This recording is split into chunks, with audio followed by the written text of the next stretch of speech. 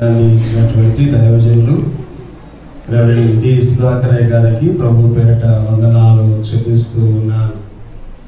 అలాగే కూడి వచ్చిన మీ అందరికీ కూడా మన తల్లి సంఘమైనటువంటి సెంటినరీ బ్యాప్టిస్ట్ సంఘ పక్షాన, మీకు కాపర్ల పక్షాన, మరి స్టాండింగ్ కమిటీ పక్షాన మీకు శుభములను నేను తెలియజేస్తూ ఉన్నాను. దేవుని బిడ్డలారా, ఇప్పుడు మనకు చాలా చక్కగా కీర్తనలు పాడి దేవుని యొక్క నామమును మహిమపరిచినటువంటి వారికి వందనాలు చెల్లిస్తూ ఉన్నాను. దేవుడు బిడ్డలను ఇంకను బహుగా ఆశీర్వదించాలని దేవునికి నేను ప్రార్థన చేస్తూ ఉన్నాను. అలాగనే వాక్యమును చక్కగా చదివినటువంటి వారిని దేవుడు ఆశీర్వదించాలని, వాక్య పరిజ్ఞానంతో కూడా దేవుడు వారిని నింపాలని నేను దేవునికి ప్రార్థన చేస్తూ ఉన్నాను. ప్రార్థనలు చేసిన వీళ్ళందరినీ కూడా దేవుడు తన కృపలో దీవించి ఆశీర్వదించును గాక. ప్రియ దేవుని బిడ్డలారా, మనము దేవుని వాక్యమును చదువుదాం. చదవబడినటువంటి లేఖన భాగము జకర్యా గ్రంథము 9వ అధ్యాయము. జకర్యా గ్రంథము 9వ అధ్యాయము 9వ వచనం. అమ్మా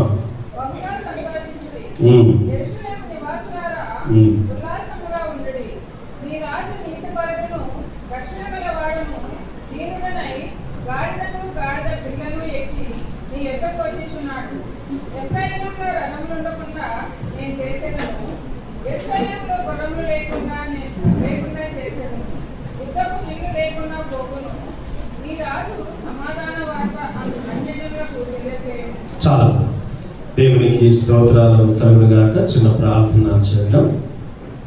పరిశుద్ధుడైన తండ్రి, ప్రేమ కలిగిన మా దేవ, మీకు స్తోత్రాలు. తేనె కంటెను, జుంటి తేనె ధారల కంటెను మా జిహ్వకు మాధుర్యాన్ని ప్రభా అనుగ్రహించే శ్రేష్టమైన మీ వాక్యమును మేము ధ్యానించబోతుండగా నా నోటి మాటలు మా అందరి హృదయ ధ్యానములు పరిశుద్ధమైన మీ దృష్టికి అంగీకారములుగా చేయమని యేసు నామమున అడుగుచున్నాము తండ్రి. దేవునికి స్తోత్రాలు కలుగునుగాక. దేవుని బిడ్డలారా, ఈ దినము మట్టల ఆదివారం. చాలా సంతోషం కదా. మట్టల ఆదివారం అనగానే ఎక్కువగా ఎవరికి సంతోషం? ఎవరికి? పిల్లలు చెప్పాలా? మీరు వింటున్నారు ఇక్కడ? ఆరోగ్య ఇక్కడే ఉన్నారా మీరు? మట్టల ఆదివారం అంటే ఎవరికి సంతోషం? పిల్లలకి చాలా సంతోషం కదా. చక్కగా మంటలు పట్టుకొని వీధులలో తిరిగి యేసు క్రీస్తు ప్రభు యొక్క జయప్రవేశముల గురించి చక్కగా అనేకులకు ప్రకటించి వస్తూ ఉంటారు. పిల్లలకి చాలా సంతోషం. అలాగే మరి పెద్దలమైనటువంటి మనకును కూడా ఈ మట్టల ఆదివారము అనేటువంటిది ఎంతో సంతోషదాయకమైనటువంటి దినం. ఎందుకు అనంటే మట్టల ఆదివారం అని మనం ఏం చేస్తూ ఉంటాము అంటే మట్టల ఆదివారం కొరకు ఎంతో సిద్ధపడుతూ ఉంటాం.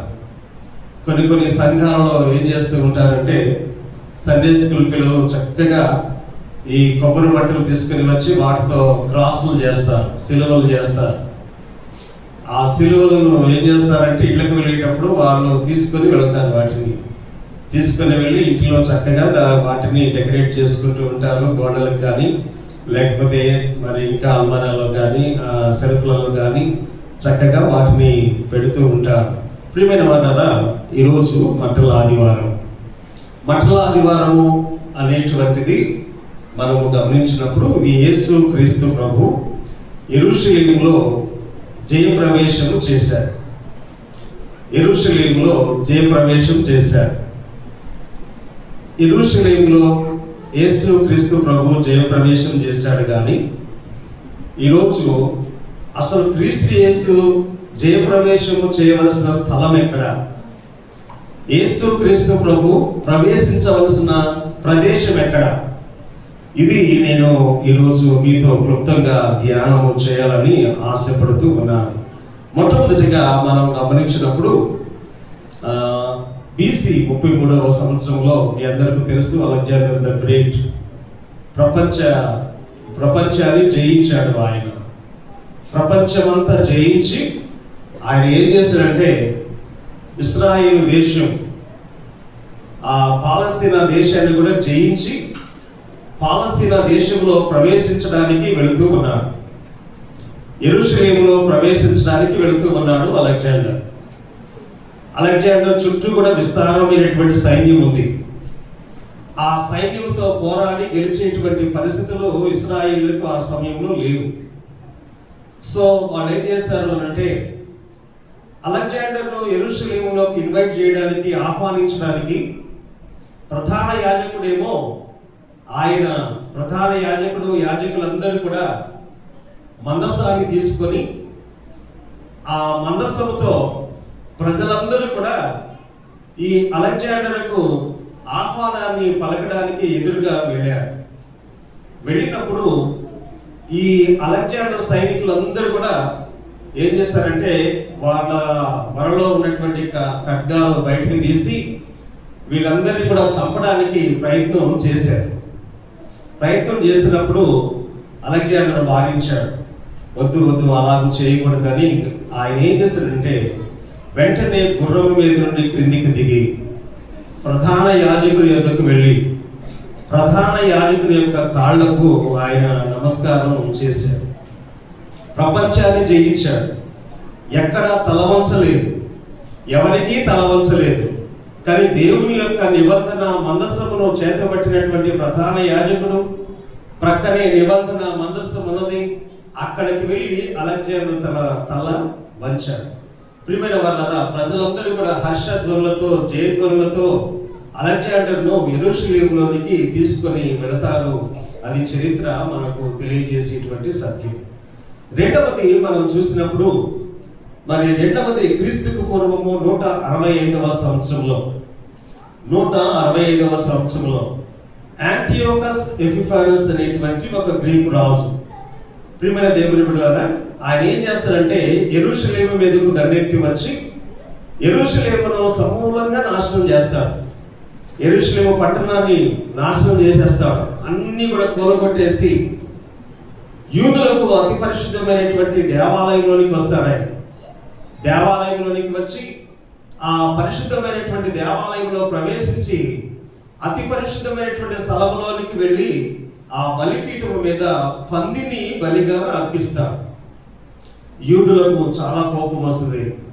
ఎందుకు అంటే పంది వాళ్ళకి అపవిత్రమైనది, ముట్టుకోరు వారు. అది అతి పరిశుద్ధమైనటువంటిది బలిపీఠం. ఆ బలిపీఠం మీద బలి అర్పణలు అర్పించవలసినటువంటి బలి పశువులు కాకుండా ఈ పందిని తీసుకుని వచ్చి అతడు బలిపీఠం మీద బలి అర్పణ చేసి దేవాలయాన్ని అపవిత్రం చేస్తాడు. అంతియోకస్ ఎపిఫానస్ అనేటువంటి రాజు ఆయన దేవాలయాన్ని అపవిత్రం చేసినప్పుడు ఆ సమయంలో యూదులకు ఎదిరించే ధైర్యం లేదు. ఆయనను ఎదిరించి పోరాడే శక్తి వారికి లేదు. అటువంటి సమయంలో మత్తతియ అనేటువంటి ఒక వృద్ధుడు, 85 సంవత్సరాల వృద్ధుడు, ఆయన ఏం చేశాడు అంటే 4 కుమారులు ఉన్నారు ఆయనకు. 4 కుమారులను తీసుకొని అరణ్యంలోనికి పారిపోతాడు. అరణ్యంలోనికి పారిపోయి అక్కడ నుండి ఈ యెరూషలేము చుట్టుప్రక్కల ఉన్నటువంటి యవనస్తులందరినీ కూడా చేరదీసి వారికి గెరిల్లా యుద్ధం చేయడం నేర్పించాడు. వారికి చక్కగా పోరాటం చేయడం నేర్పించాడు. ఆయుధాలు పట్టి శత్రువుతో పోరాడడం నేర్పించాడు ఆ యొక్క మత్తతియ అనేటువంటి ఆయన కుమారులు 4 కుమారులలో సైమన్ మకబీ అనేటువంటి ఆయన చాలా ప్రాముఖ్యమైనటువంటి వ్యక్తి. దేవుని బిడ్డలారా, ఈ విధంగా వాళ్ళు ఏం చేస్తారు అంటే ఈ 4 కుమారులు యవనస్తులు అనేక మంది కలిసి ఈ యాంటియోకస్ ఎపిఫానస్ అనేటువంటి గ్రీకు రాజును చంపేస్తారు. గ్రీకు రాజును చంపి కక్ష తీర్చుకుంటారు వారు.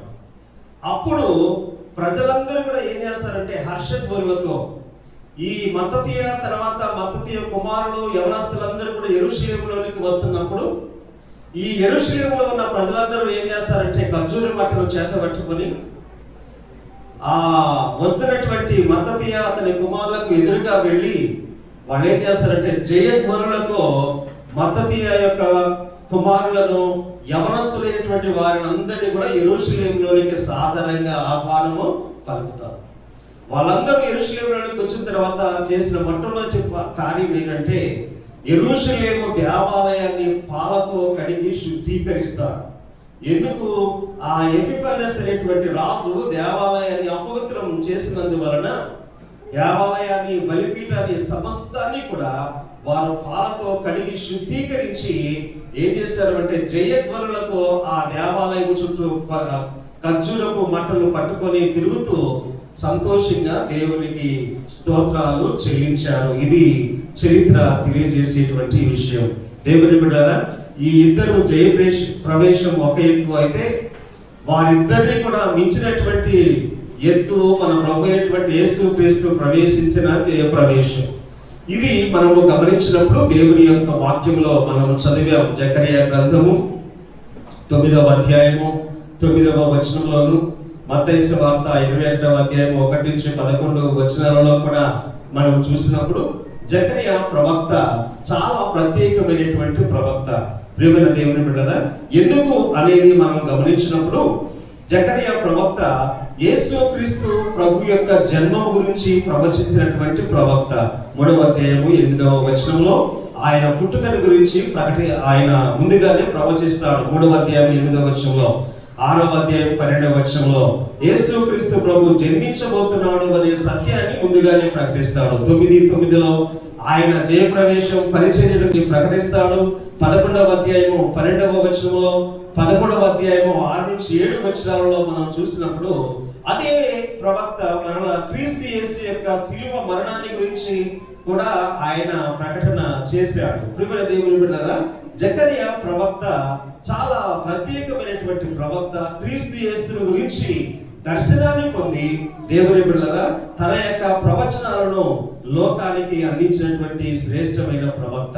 అయితే ఇక్కడ మనము యేసు క్రీస్తు ప్రభు ఆయన యెరూషలేములో జయప్రవేశము చేసినటువంటి సందర్భాన్ని మనం ఇక్కడ చదువుతూ ఉన్నాం. ఇద్దరు శిష్యులను పిలిచాడు, ఎదురుగా ఉన్న గ్రామానికి వెళ్ళమన్నాడు. అక్కడ కట్టబడి ఉన్న గాడిద పిల్లను తీసుకొని రమ్మని చెప్పాడు. ఆయన తీసుకొని రమ్మని చెప్పగానే ప్రజలు తీసుకుని వచ్చారు, శిష్యులు తీసుకుని వచ్చారు. ఆ గాడిద మీద బట్టలు పరిచారు. దేవుని బిడ్డలారా, యేసు క్రీస్తు ప్రభు ఆ గాడిద మీద ఆసీనుడయ్యాడు. దేవుని బిడ్డలారా, ఇది చాలా శ్రేష్టమైనది. ప్రభు గాడిద మీద ఆసీనుడై యెరూషలేము వైపుకు సాగుతూ ఉన్నాడు. యేసు ప్రభు గాడిదని ఎందుకు ఎక్కాడు? గుర్రాన్ని ఎక్కొచ్చు కదా, గుర్రం మీద ప్రయాణం చేయొచ్చు కదా యేసు ప్రభు. కానీ గాడిదని ఎందుకు ఎక్కాడు? గుర్రం మీద కూడా ఎక్కబోతున్నాడు. ఎప్పుడు ఆయన ఇక్కడ గాడిదను ఎక్కాడు, గాడిదను ఎక్కి యెరూషలేములో జయప్రవేశం చేశాడు. రెండవ రాకడలో తెల్లటి గుర్రమును ఎక్కి ఆయన దేవుని బిడ్డలారా ఈ లోకానికి రాజులకు రాజుగా మరలా తిరిగి రాబోతూ ఉన్నాడు. అందుచేతనే యేసుక్రీస్తు ప్రభు ఈ గార్ధవారోహణుడై ఆయన మరి యెరూషలేములో ప్రవేశించినటువంటి సందర్భాన్ని మనము గమనించినప్పుడు దేవుని యొక్క వాక్యంలో ఎందుకు ప్రభువు యెరూషలేములో జయప్రవేశం చేశాడు? 3 విషయాలు. ఒకటి, రాజుగా జయప్రవేశం చేశాడు. రెండవది, ప్రవక్తగా జయప్రవేశం చేశాడు. మూడవది, యాజకునిగా, ప్రధాన యాజకునిగా ఆయన జయప్రవేశము చేశాడు. సమయాన్ని దృష్టిలో ఉంచుకొని నేను ఈ విషయాలను మీతో పంచుకోవడానికి ప్రయత్నం చేస్తాను. మొట్టమొదటిగా ఆయన రాజుగా జయప్రవేశము చేసినట్లు వాక్యము మనకు తెలియజేస్తుంది. పాత నిబంధనలో 1 రాజుల గ్రంథం 1వ అధ్యాయము 38వ వచనం, 1వ రాజులు 1వ అధ్యాయము 38వ వచనంలో రాజుగా, సమయం లేదు కనుక నేను చెప్తాను జాగ్రత్తగా. రాజుగా ఒక వ్యక్తిని ప్రతిష్ఠించాలి అని అంటే ఆ వ్యక్తి ఈ తెల్లటి గాడిద మీద అతన్ని కూర్చుండబెట్టుకొని మరి షిలోహుకు తీసుకొని వెళ్ళి అక్కడ రాజుగా ప్రతిష్ఠించేటువంటి వారు. అందుచేత ఈ చదివిన వాక్యంలో కూడా మనం చూసినప్పుడు గాడిద మీద ఆసీనుడై యేసుక్రీస్తు ప్రభు యెరూషలేములోనికి ఆయన ప్రవేశిస్తూ ఉన్నాడు. మరి యేసుక్రీస్తు ప్రభు రాజైన ఆయన ఒక్కసారి మనం ఆలోచన చేసినప్పుడు యోహాను సువార్త 18వ అధ్యాయము 36, 38 వచనాల్లో పిలాతు అడిగాడు, నువ్వు యూదులకు రాజువా అంటే వెంటనే ప్రభు అన్నాడు, ఏమని? నీవన్నట్టు నేను రాజునే అన్నాడు. కానీ నా రాజ్యము ఈ లోక సంబంధమైనది కాదు అన్నాడు. మరి ఆయన రాజు అంటున్నాడు. రాజుగా యెరూషలేములో ఆయన జయప్రవేశము చేశాడు. ప్రియదేవుని బిడ్డలారా, రాజుగా యేసుక్రీస్తు ప్రభువు ఆయన జయప్రవేశం చేస్తూ ఉన్నాడు. మరి రాజు ఎట్లుండాలి? రాజు యొక్క లక్షణాలు ఏమిటి? ఒకసారి మనం ఆలోచన చేసినప్పుడు ఇవి చాలా శ్రేష్టమైనటువంటి విషయాలు. రాజు ధరించే వస్త్రాలు ఎటువంటి వస్త్రాలు ధరిస్తాడు? మనలాంటి సామాన్య వ్యక్తులు వేసుకునే వస్త్రాలు ధరిస్తారా? రాజవస్త్రాలు అంటారు. రాజవస్త్రాలు, ఆ వస్త్రాలే వేరుగా ఉంటాయి కదా. తప్పిపోయిన కుమారుని ఉద్దేశించి ఇంటికి వచ్చినప్పుడు తండ్రి ఏమన్నాడు? ప్రశస్త వస్త్రములు త్వరగా తెచ్చి వీనికి ధరింప చేయుడి అంటాడు. ప్రశస్తమైనటువంటి వస్త్రాలు మరి రాజులు ధరిస్తారు, మనలాంటి వస్త్రాలు కాదు. ప్రియమైన వారరా, కానీ రాజుగా యెరూషలేములో జయప్రవేశం చేస్తూ ఉన్నటువంటి యేసుక్రీస్తు ప్రభు ఆయన ధరించినటువంటి వస్త్రాలు ఊదా రంగు వస్త్రాలు, పర్పుల్ గార్మెంట్ అంటారు. ఊదా రంగు వస్త్రాలు ఆయన ధరించారు. ఇది మనము చూసినప్పుడు ఫైలో అనేటువంటి ఒక యూదీయ చరిత్రకారుడు ఆయన చెప్పినటువంటి విషయాలు మరి నేను ఇటీవల కొన్ని విషయాలు పరిశీలన చేసినప్పుడు ఏమని చెప్పాడు అని అంటే, ఈ గలిలయ సముద్రంలో ఒక రకమైనటువంటి గుల్ల చేపలు దొరుకుతాయట. ఆ చేపల యొక్క లోపల ఒక రకమైనటువంటి ద్రవం ఉంటుంది, అది చాలా విలువైనటువంటిది. ఆ ద్రవముతో ఈ యేసుక్రీస్తు ప్రభు ధరించినటువంటి ఊదా రంగు వస్త్రాలను నేసేటువంటి వారంట. అంటే చాలా విలువైనటువంటి వస్త్రాలు. ప్రియమైన వారలారా, ఇది మనం చూసినప్పుడు మరి యేసుక్రీస్తు ప్రభు ధరించినటువంటి ఆ ఊదా రంగు వస్త్రాలను ఏం చేశారు? రోమా సైనికులు ఆయన వస్త్రాలను తీసి పక్కన పెట్టేసి ఎర్రని అంగి ఆయనకు తొడిగించారు. ఇది మనం చూసినప్పుడు రాజు ధరించవలసిన వస్త్రాలు లేవు ఆయన శరీరం మీద, కానీ ఎర్రటి అంగీని ఆయన ధరించి దేవుని బిడ్డలారా రాజుగా ఆయన యెరూషలేములో ప్రవేశము చేస్తూ ఉన్నాడు. ఆయన ధరించినటువంటి ఆ ఎర్రటి అంగీ ఏదైతే ఉందో మనము వాక్యంలో గమనించినప్పుడు అది ఆయన యొక్క కఠినమైన శ్రమలకు, ఆయన అనుభవించేటువంటి మరణ వేదనలకు, ఆయన పొందేటువంటి ఘోరమైన హింసకు సూచనగా ఆయన ఆ యొక్క వస్త్రాలను ధరిస్తూ ఉన్నట్లుగా మనము క్రీస్తు యేసు గురించి తెలుసుకోగలుగుతూ ఉన్నాము. ప్రియమైన దేవుని బిడ్డలారా, మరి రాజ వస్త్రాలు ఆయనకు లేవు. అయితే రెండవది మనం చూసినప్పుడు రాజులు ధరించేటువంటి కిరీటాలు కదా. కొన్ని సార్లు మనం కూడా ఏమని మాట్లాడతామంటే ఎక్కువగా కిరీటం పడిపోతుందా అని మాట్లాడుతూ ఉంటాం. సో రాజులు ఎక్కువగా కిరీటాలు ధరిస్తూ ఉంటారు. ప్రియమైన దేవుని బిడ్డలారా, మన బిడ్డలను కూడా చక్కగా మనం అలంకరిస్తాం కదా. ఏదైనా మన కుటుంబాల్లో ఫంక్షన్స్ అయినప్పుడు, బర్త్డే సెలబ్రేషన్స్ అయినప్పుడు కుమారులను, చిన్న పిల్లలను వాళ్ళ యొక్క ఆ హెడ్ మీద క్రౌన్ పెట్టి ఎంత చక్కగా అలంకరిస్తారు, ఎంతో ముద్దస్తూ ఉంటారు. దేవుని బిడ్డలు తల్లిదండ్రులు ఎంతో ప్రేమిస్తూ ఉంటారు వారిని. రాజు శిరస్సు మీద కిరీటం ఉంటుంది, అది సామాన్యమైనది కాదు. వజ్ర వైడూర్యాలు పొదిగింపబడి ఆ కిరీటం తయారు చేయబడుతుంది. ఆ కిరీటం స్వచ్ఛమైన మేలిమి బంగారంతో, కల్తీ బంగారం రాజు ధరిస్తాడా? లేదు. స్వచ్ఛమైనటువంటి మేలిమి బంగారంతో చేయబడిన కిరీటాన్ని రాజు ధరిస్తాడు. ప్రియమైన దేవుని బిడ్డలారా, మరి అలాంటి స్వచ్ఛమైన మేలిమి బంగారంతో చేయబడినటువంటి రత్న వజ్ర వైడూర్యాలు పొదిగింపబడిన కిరీటం ఈ రాజుకు లేదు. ఈ రాజు ధరించిన కిరీటం ఏ కిరీటం? గట్టిగా చెప్పాలి. ఏ కిరీటం ధరించాడు ఆయన? ముండ్ల కిరీటం. ముండ్లు దేవుని బిడ్డలారా ఈ లోకంలో పాప ప్రక్షాళనకు సూచనగా ఉంది, పాపానికి సూచనగా ఉంది. ఏదేను వనములో దేవుడు ఆదాము హవ్వలను ఉద్దేశించి మనము చూస్తాం, వారిని శపించినప్పుడు ఆ తర్వాత ముండ్ల తుప్పలను భూమి మొలిపించునుగా కానీ పలికినప్పుడు ఆ ముండ్ల తుప్పలు పుట్టాయి. ఇది పాపమునకు సంకేతంగా మనకి కనబడుతూ ఉంది.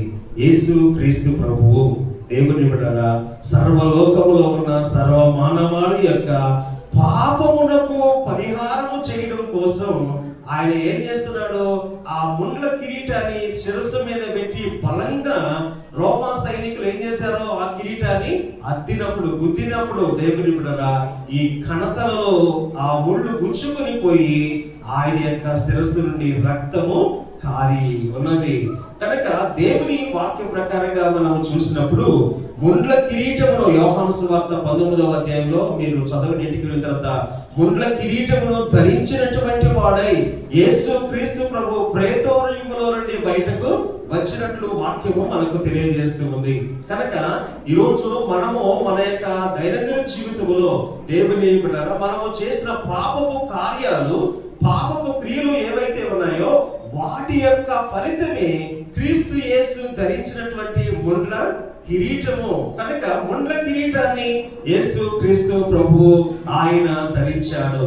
ఇంకా రాజు ఏం చేస్తాడు, రాజు యుద్ధం చేసి కదా, యుద్ధం చేసి రక్తపాతాన్ని వెలికిస్తాడు కదా, అనేకులను చంపుతాడు. మీరు పాత నిబంధనలో చదివితే రాజులు చాలా మంది ఏం చేశారు, లక్షల మందిని చంపేశారు.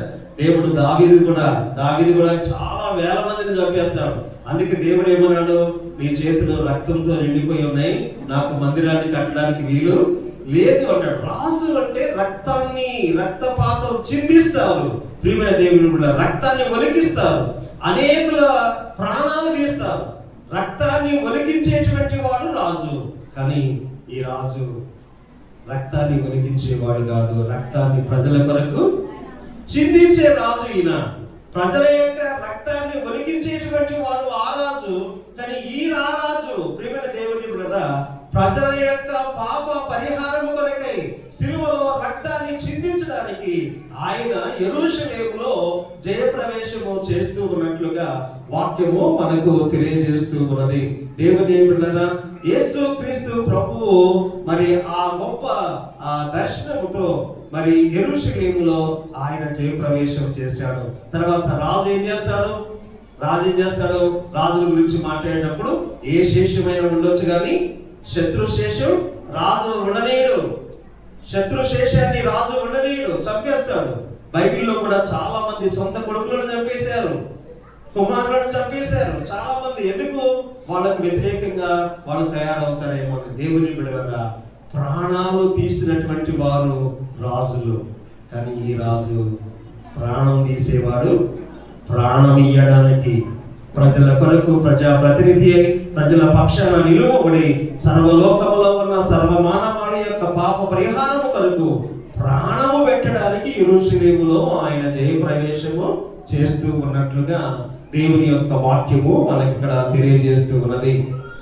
ప్రియమైన దేవుని బిడ్డలారా అందుకే దేవుని వాక్యంలో కూడా మనం చదువుతాం. యోహాను సువార్త 19వ అధ్యాయము 15వ వచనంలో ఇక్కడ పిలాతు యూదులను అడుగుతూ ఉన్నాడు. ఏమని అడుగుతూ ఉన్నాడు? మీ రాజును నేను సిలువ వేయుదునా? సిలువ వేయబడిన రాజు ఈ రాజు. కనుక యెరూషలేములో ప్రియ దేవుని బిడ్డలారా సిలువ వేయబడడానికి ఆయన జయప్రవేశము చేసినట్లుగా వాక్యము మనకు తెలియజేస్తూ ఉన్నది. యేసు క్రీస్తు ప్రభు యెరూషలేములో జయప్రవేశం చేస్తుంటే అమ్మా పిల్లలు వినాలా? పిల్లలు ఏం చేశారు? వాళ్ళందరూ కూడా చక్కగా ఏం పట్టుకున్నారు? ఖర్జూరపు మట్టలు పట్టుకున్నారు. మరికొందరు చక్కగా శ్రేష్టమైనటువంటి మంచి బట్టలు తీసుకుని వచ్చారు, గాడిద మీద వేశారు. అంత మాత్రమే కాదు, గాడిద నడుస్తూ ఉంటే దేవుని బిడ్డలారా ఆ గాడిదను క్రింద నడవనీయడం లేదు. వాళ్ళు ఏం చేస్తూ ఉన్నారు? దారి పొడుగునా కూడా బట్టలు పరుస్తూ ఉన్నారు.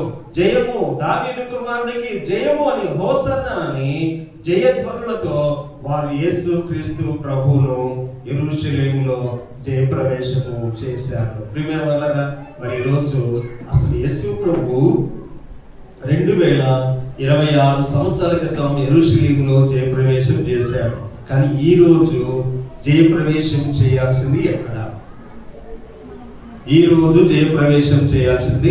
ఎక్కడ? దేవుని బిడ్డలారా ఇది మనము తలంచవలసినటువంటి అవసరం ఉన్నది. అమెరికా దేశంలో ఒక చర్చ్కి ఒక నీగ్రో సహోదరి వెళ్ళిందట, దేవుని మందిరానికి. నీగ్రో సహోదరి వెళితే అక్కడ ఉన్నటువంటి వాళ్ళందరూ కూడా తెల్లవాళ్ళు.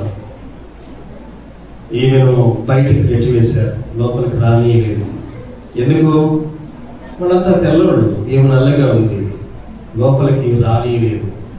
ఏడ్చుకుంటూ ఆ చర్చి డోర్ దగ్గర నిలబడి వాక్యమన్నా విందాము అని వాక్యం వింటా ఉంటే అక్కడ ఆ డోర్ దగ్గరే ఇంకొక వ్యక్తి తెల్లటి అంగీ వేసుకొని అక్కడ నిలబడి ఉన్నాడట. నిలబడి ఉండి ఈమెను పలకరించాడు. అమ్మా, ఎందుకు ఏడుస్తున్నావు అని అంటే, అయ్యా, నాకు మందిరంలోనికి వెళ్ళి ఆరాధన చేయాలని చాలా ఆశ ఉంది, నా దేవుణ్ణి ఆరాధించాలని ఆసక్తి నాకు ఉంది, కానీ నన్ను లోపలికి వెళ్ళనియటం లేదు అని ఆమె అన్నదట. నీవు ఇంతకీ మీరెవరయ్యా అని అడిగిందట. ఆయన అన్నాడట, నేనేనమ్మా, యేసుక్రీస్తు. ఈ సంఘం స్థాపించడానికి మూల కారకుడని నేనే. నా రక్తంలో నుండి ఈ సంఘం ఆవిర్భవించింది. ఈ సంఘంలో నాకే ప్రవేశం లేదు. చాలా సంఘాలలో ప్రియమైన దేవుని బిడ్డలారా, క్రీస్తు యేసుకు ప్రవేశం ఉండడం లేదు. ఈరోజు జయప్రవేశం ఆయన చేశాడు, కానీ ఎక్కడ అసలు జయప్రవేశం జరగాలి అనేది మనం తలంచినప్పుడు క్లుప్తంగా నేను కొన్ని విషయాలు మీకు జ్ఞాపకం చేస్తాను. మొట్టమొదటిగా మనం చూసినట్లయితే ఎక్కడ జయప్రవేశం చేయాలి? లోకాసువార్త 19వ అధ్యాయం. మీకు తెలిసిన విషయాలు ఇవన్నీ, మీకు తెలిసిన విషయాలే. లోకాసువార్త 19వ అధ్యాయంలో జక్కయ్య అనేటువంటి వ్యక్తి ఉన్నాడు. జక్కయ్య అనేటువంటి వ్యక్తి చెట్టు మీద ఎక్కి కూర్చున్నాడు, చక్కగా కదా, చెట్టు మీద ఎక్కి కూర్చున్నాడు. నన్ను ఎవ్వరూ చూడడం లేదులే అని అందులో చెట్టు మీద కూర్చొని ఏం చేస్తున్నాడు? యేసు ప్రభుని చూడాలని ఆశ తీర్చుకోవడానికి చెట్టు ఎక్కి కూర్చున్నాడు. యేసు ప్రభు వచ్చాడు. వచ్చి ఆ చెట్టు దగ్గరకు రాగానే పైకి చూశాడు. జక్కయ్య ఉన్నాడు. జక్కయ్య, నేడు నీవు త్వరగా దిగు, నేను నీ ఇంట. ఎక్కడ ప్రవేశించాలి యేసు ప్రభు? అప్పుడు యెరూషలేములో ప్రవేశించాడు, కానీ ఇప్పుడు ఎక్కడ ప్రవేశించాలి? క్రైస్తవ విశ్వాసుల యొక్క గృహాలలో యేసు క్రీస్తు ప్రభువు ప్రవేశించాలి. యేసు క్రీస్తు ప్రభువు అనేకుల యొక్క గృహాలు తట్టుచు ఉన్నాడు. హోల్మెన్ హంట్ అనేటువంటి ఒక మంచి ఆర్టిస్ట్ నిద్రపోయేదందరూ హరినే చెప్పండి. నిద్రపోయేదందరూ జెంట్స్ లో నిద్రపోతున్నారు ఎవరైనా? ఎవరు నిద్రపోవట్లేదు కదా. హోల్మెన్ హంట్ అనేటువంటి ఒక మంచి ఆర్టిస్ట్ చక్కని ఆర్ట్ వేశాడు. అదేమిటంటే, మీరు చాలా మంది ఫోటోలో చూస్తుంటారు. యేసు క్రీస్తు ప్రభు డోర్ దగ్గర నిలబడి ఆ డోర్ ని నాక్ చేస్తున్నాడు, తట్టుతూ ఉంటాడు అనమాట. ఆ చక్కటి పిక్చర్ ఆయన వేశాడు, హోల్మెన్ హంట్ అనేటువంటి ఆయన. ప్రియమైన దేవుని బిడ్డలారా, విశ్వాసులేమో లోపల ఉంటారు, యేసు ప్రభు ఏమో డోర్ బయట ఉంటాడు. అందుకే ఒక కీర్తనకారుడు ఎంతసేపు నిలువబెట్టి ఏడ్పింతు రతని అని చక్కని కీర్తన రాశాడు. హృదయమేడు తలుపునంత వస్తుందా మీకు పాట? దేవుని బిడ్డగా ఆయన తట్టుచూ ఉన్నాడు. ఈరోజు క్రీస్తు యేసు ప్రవేశించవలసింది ఎక్కడంటే మన యొక్క గృహంలో. మన యొక్క గృహంలో. ఎందుకు యేసు క్రీస్తు ప్రభు మన గృహంలో ప్రవేశించాలి అంటే, జక్కయ్య ఇంట్లోకి ప్రవేశించాడు, వెంటనే ఆయనలో పరివర్తన వచ్చేసింది. వెంటనే ఆయనలో పరివర్తన వచ్చేసింది.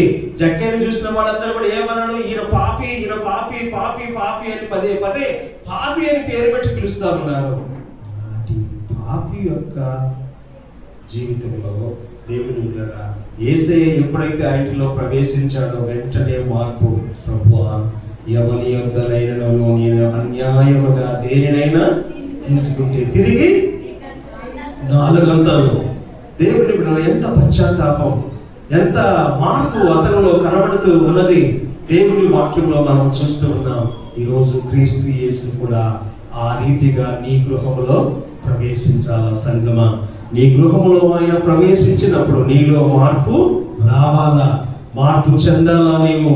అందులో ప్రభు ఇంకొక మాట అన్నాడు, ఇతడును అబ్రహాము కుమారుడు. యేసు క్రీస్తు ప్రభు నీ గృహంలో ప్రవేశిస్తే నీవు నేను అబ్రహాము కుమారులముగా, అబ్రహాము కుమార్తెలముగా మనము రూపాంతరము చెందుతాం. బిడ్డలారా, రూపాంతరం చెందుతాం. యేసు క్రీస్తు ప్రభువు ఆ ఇంటిలోనికి వచ్చాడు. ఆ ఇంటిలోనికి వచ్చినందువలన వెంటనే మీరు చూడండి, ఇతరులను అబ్రహాము కుమారుడు ఎందుకనగా నేను ఈ ఇంటికి యేసయ్య నీ ఇంటిలో ప్రవేశించాలమ్మా. వింటున్నావా? ఎవరెవరో వస్తారు, రోజంతా వస్తారు, వెళ్ళిపోతారు, మంచిదే. కానీ క్రీస్తు యేసు కనుక నీ ఇంటిలో ప్రవేశించకపోతే, యేసు క్రీస్తు ప్రభు కనుక నీ గృహంలో ప్రవేశించిన అనుభవం నీకు లేకపోతే రక్షణ నీకు లేదు, రక్షణ లేదు. సంఘమా ఈరోజు క్రీస్తు యేసు తలుచు ఉన్నాడు తలుపునొద్ద. దేవా నా గృహంలో ప్రవేశించు అని యేసు క్రీస్తు ప్రభువుని మనం ఏం చేయాలి? దేవుని బిడ్డలారా, మన యొక్క గృహంలో ప్రవేశింప చేసుకోవాలి. యేసయ్య మన గృహంలోకి వస్తే ఏం జరుగుతుంది? యేసు ప్రభు మన గృహంలో ప్రవేశిస్తే ఏం జరుగుతుంది? చెప్పాలి త్వరగా. Very good. రక్షణ. చూడండి, దేవుని వాక్యాన్ని చదువుతాం. యోహాను సువార్త మీ అందరూ చాలాసార్లు చదువుంటారు ఈ విషయాలని. యోహాను సువార్తలో మనం చూసినప్పుడు దేవుని బిడ్డలారా 20వ అధ్యాయము 20వ వచనం.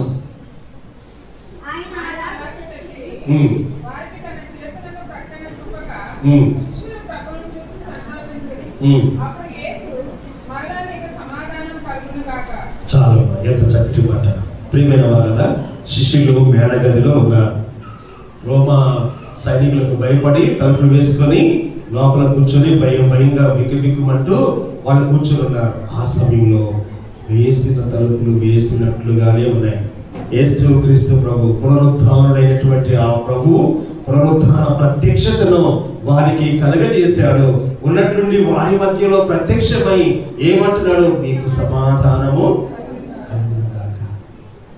చాలా మంది గృహాలలో సమాధానం, భార్య నువ్వెంత అంటే భర్త నువ్వెంత కదా, అంతేనా? తల్లిదండ్రులు నువ్వెంత అంటే పిల్లలు నువ్వెంత. తల్లిదండ్రులకు పిల్లలకు మధ్య సమాధానం లేదు, భార్య భర్తల మధ్య సమాధానం లేదు. ప్రియమైన దేవుని బిడ్డలారా, ఎవరి కుటుంబాలలో ఎవరి ఇళ్లలో సమాధానం లేదో ఈరోజు క్రీస్తు యేసు ఆ గృహంలో ప్రవేశిస్తే, జయప్రవేశం చేస్తే ఆ ఇంటికి సమాధానము కలుగుతూ ఉంది. ఆయన పేరే ఏ పేరు? ఆశ్చర్యకరుడు, నిత్యుడకు తండ్రి. ఆయన పేరు అది. సమాధానానికే కర్తని పేరు కలిగిన ఏకైక వ్యక్తి మన దేవుడు. ప్రియమైన దేవుని బిడ్డలారా, ఆయన జయప్రవేశం ఈరోజు నీ గృహంలో చేస్తే నీ ఇంటి నిండా సమాధానం ఉంటుంది బిడ్డలారా.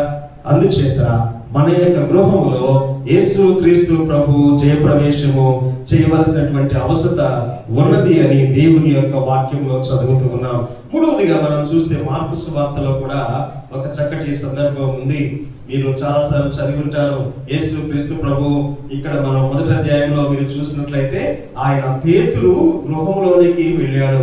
పేతురు గృహంలో ప్రభు జయప్రవేశం చేశాడు, సంతోషంగా వెళ్ళాడు. వెళ్ళగానే అక్కడ పేతురు అత్తగారు జ్వరంతో పడిపోయింది ఒక మూలన. దేవుని బిడ్డలారా 30వ వచనం మార్కు 1:30. ఓకే, సమయం లేదు, నేను 5 నిమిషాల్లో ముగిస్తాను. సమయం లేదు కనుక నేను త్వరగా చెప్తాను. పేతురు ఇంట్లోనికి యేసయ్య వెళ్ళాడు. చాలా మంది విస్తారమైన ప్రజలు ఉన్నారు అక్కడ. పేతురు అత్తగారు మూలన పడిపోయి ఉంది. శిష్యులు వచ్చి చెప్పారు, అయ్యా ఆమె జ్వరంతో బాధపడుతుంది. దేవుని బిడ్డలారా, వెంటనే యేసు ప్రభు ఏం చేశాడు? ఆమెను ముట్టి బాగు చేశాడు. ఆమె ఏం చేసింది? వెంటనే లేచి ఆయనకు. చూడండి ఎంత గొప్ప విషయం. దేవుని బిడ్డలారా, యేసు క్రీస్తు ప్రభు నీ గృహంలో ప్రవేశిస్తే నీ గృహము స్వస్థత పొందిన గృహం అవుతుంది. అనారోగ్యం, వ్యాధి, బాధ, బలహీనతలు నీ గృహం నుండి మటుమాయం అవుతాయి. అలాంటి ప్రభువు తగ్గుతూ ఉంటే ఆయనను బయటే ఉంచుతున్నావు, ఇంకా నీవు నీ గృహంలో ప్రవేశింపజేసుకోవడం లేదు ఆయనను. ప్రియమైన దేవుని బిడ్డలారా, దేవుని యొక్క వాక్యం ఈరోజు మనతో మాట్లాడుతూ ఉన్నది. యేసు క్రీస్తు ప్రభువు ఈనాడు మన యొక్క గృహంలో ఆయన జయప్రవేశము చేయవలసినటువంటి అవసరత ఉన్నది అని వాక్యము మనకు చక్కగా వివరిస్తూ ఉన్నది.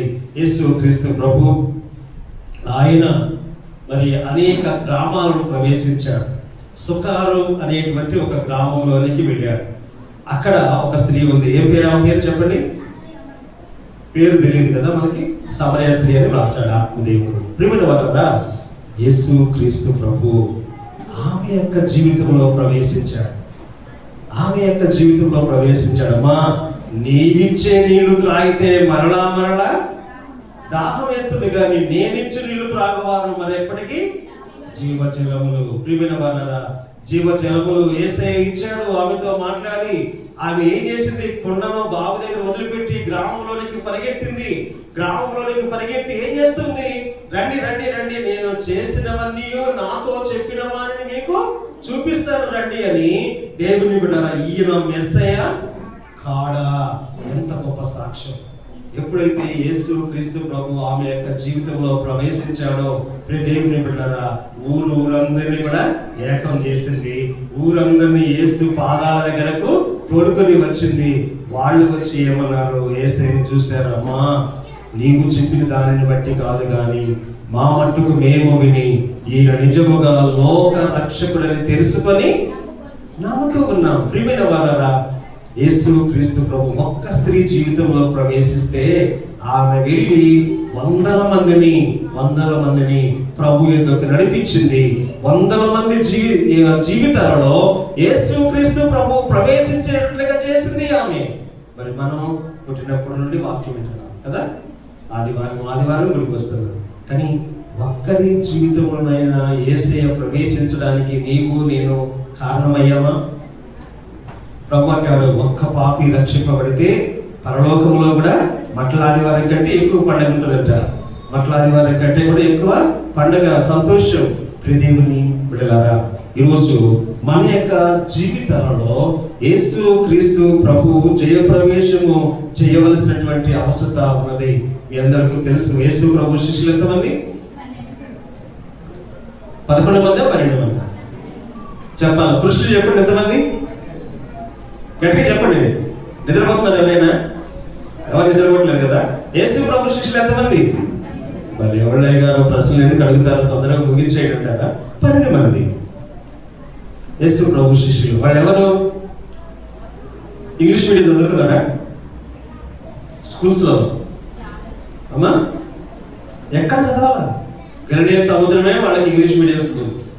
సముద్రంలో ఏ వైపు వెళితే ఏ చేపలు పడతాయో బాగా తెలుసు. సముద్రం యొక్క ఆటుపోట్లను అంచనా వేసి తుఫాను రాబోతుందని తెలుసుకోగలిగినటువంటి జ్ఞానం కలిగినటువంటి వాళ్ళు, సామాన్యమైన వాళ్ళే చేపలు పట్టేవాళ్ళు, ఫిషర్మెన్. దేవుని బిడ్డలారా, మీరు చూడండి, గలిలయ సముద్రంలో చేపలు పడుతుంటే నెమ్మదిగా అడుగు వేసుకుంటూ వాళ్ళ దగ్గరికి వచ్చి అడిగేసేది. వాళ్ళ దగ్గరికి వచ్చి ఏమన్నాడు? ఒకటే మాట, మీరు నన్ను వెంబడించండి. కానీ వాళ్ళు ఏం చేశారు?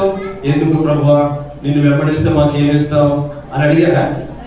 లేదు. వెంటనే వలలో విడిచిపెట్టారు, చేపలు వదిలేశారు, అక్కడ వాళ్ళ వ్యాపారాన్ని వదిలివేశారు. దేవుని బిడ్డలారా, యేసు క్రీస్తు ప్రభు వెంట నడిచారు. యేసు క్రీస్తు ప్రభు ఎప్పుడైతే వారి హృదయాలలో, జీవితాలలో ప్రవేశించాడో, దేవుని బిడ్డలారా, మీరు చూడండి, పునరుత్థానుడైన తర్వాత యేసు ప్రభు ఆ మేడగదిలో వారికి ప్రత్యక్షమై చెప్పాడు, నేను మీ మీద నా ఆత్మను కృంభరిస్తాను. పరిశుద్ధాత్మతో కృంభరింపబడినప్పుడు ఆ విద్యలేని పాములే భూలోకాన్ని చెప్పండి గట్టిగా, ఏం చేశారు? ఏమో అయ్యగారు అంటారా? భూలోకాన్ని ఏం చేశారు వాళ్ళు? ఏమో చదువుతాం. అపొస్తలుల కార్యముల గ్రంథంలో 17వ అధ్యాయంలో విద్య లేనటువంటి ఆ పామరులే ఏం చేశారు? భూలోకమును వారు తలక్రిందులు చేశారండి.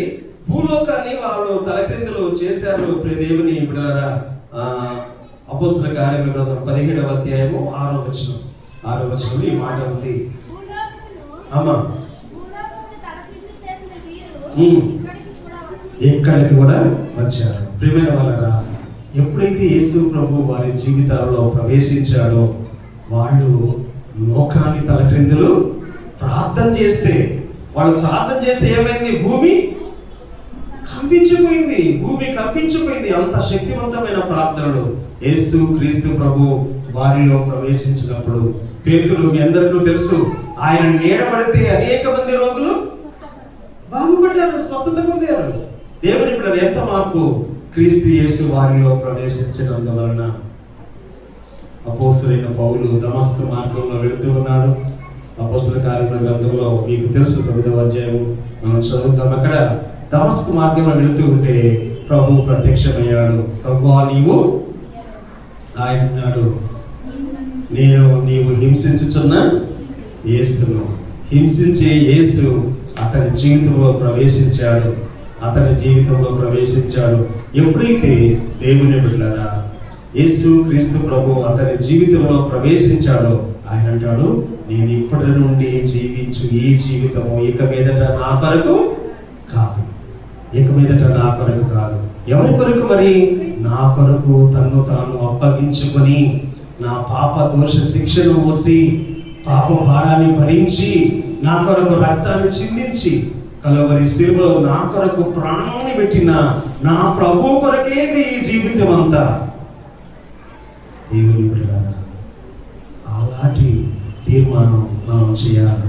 పౌలు జీవితంలో ఆయన ప్రవేశిస్తే ఆయన అన్నాడు, నేను నా ప్రభు కొరకు చనిపోవడానికి సిద్ధంగా ఉన్నా. ప్రభు కొరకి చనిపోయాడు హతసాక్షిగా. యేసు ప్రభు యెరూషలేములో రాజుగా జయప్రవేశము చేశాడు. ఆయన గాడిద మీద ఆసీనుడై ఆ యొక్క జయప్రవేశం చేశాడు. రెండవసారి ప్రకటన గ్రంథంలో అంటాడు, ఆయన ఒలీవల కొండ మీదకు దిగి వస్తాడు. ప్రధాన దూత శబ్దంతోనూ ఆర్భాటంతోనూ దేవుని బూరతోనూ. దేవుని బిడ్డలారా, ఆ ఒలీవల కొండ మీదకు దిగి వచ్చినప్పుడు తెల్లటి గుర్రము మీద ఆయన ఆసీనుడై వస్తాడు. గాడిద శాంతానికి అలాగే నెమ్మదికి గాడిద సంకేతమైతే యేసు క్రీస్తు ప్రభు అశ్వ మీద ఆ గుర్రం మీద ఆయన ఆసీనుడై వస్తాడు. గుర్రం దేనికి సంకేతం? యుద్ధానికి, బలానికి, అధికారానికి. ఇక ఆయన ఆ రాజుగా వస్తాడు. అందులో కూడా ప్రకటన గ్రంథం అంటాడు, యోధా గోత్రపు పదమ సింహములాగా ఆసీనుడై ఆ గుర్రం మీద వస్తాడు. దేవుని బిడ్డలారా, ఆ ఆసీనుడై వచ్చేటువంటి ఆయన రాకడను ఎదుర్కొనడం నిజంగా చాలా భయంకరం. ఆయన రాబోతున్నాడు. దేవుని బిడ్డలారా, తెల్లని గుర్రం మీద ఆసీనుడై ప్రభు రాకమునిపే ఆయన గాడిద మీద ఆసీనుడై వస్తూ ఉండగా ఆయనను మన హృదయాలలో ప్రవేశింపజేసుకొని, మన జీవితాలలో ప్రవేశింపజేసుకొని, మన కుటుంబాలలో ప్రవేశింపజేసుకొని మనమందరం ఆయన బిడ్డలుగా మారడానికి, ఆయన బిడ్డలుగా జీవించడానికి పరిశుద్ధాత్మ దేవుడు మనందరికీ తన సహాయము దయచేయుగాక. తల వచ్చిన ప్రార్థన చేద్దాం. పరిశుద్ధుల తండ్రి, ప్రేమగలిగిన మా దేవా, మీకు స్తోత్రాలు. యెరూషలేములో ఆయన మీరు ప్రభా గాత భారోహరణమై మా తండ్రి